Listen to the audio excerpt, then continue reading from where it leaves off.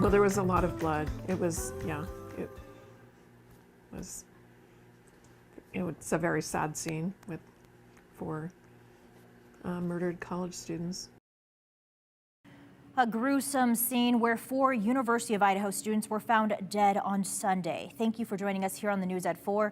I'm Shira Matsuzawa. Doug is on assignment, and we're learning new details about that quadruple homicide in Moscow. Today, as part of their homicide investigation, Moscow police say an edged weapon, such as a knife, was used, but they have not recovered a weapon. They also say this was an isolated, targeted attack, and there's no imminent threat to the community.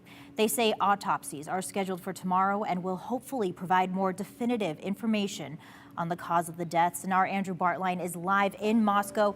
Andrew, we're hearing the FBI is now involved, and the Moscow police captain says they are looking for a suspect. What can you tell us?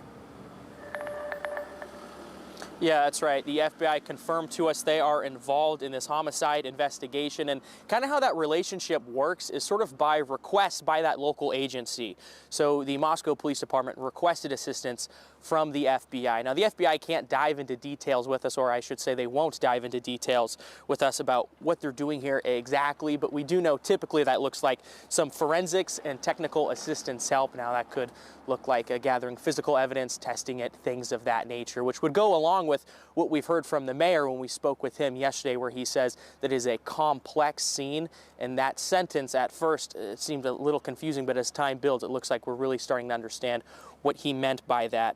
Now, ISP was on site this morning, and when we tried to talk with ISP, because they are another agency here, if they are all ISP. I was told by one of them, he said some of us. So it's unclear how long the FBI has been involved, but it could potentially be this morning, because they wouldn't exactly tell us if they were all Idaho State Police or not. They were unmarked in unmarked cars, unmarked hats, unmarked clothes, things of that nature. We did get additional information from Moscow Police as well. They say no other injuries outside the 4 that were killed here.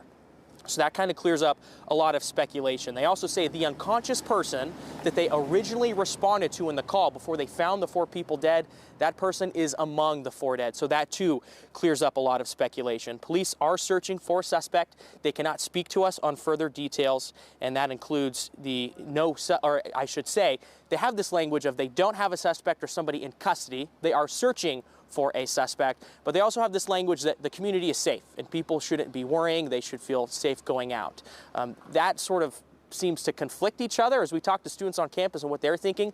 A lot of students have left and gone home, but the students that still are on campus really don't like that messaging, and they're a little bit concerned. We'll take you to campus at 4:30, where we'll hear from some of those students in the next half hour and what they're feeling. Shira. All right, Andrew, and as you mentioned, we will check back in with you at 4:30. Thanks.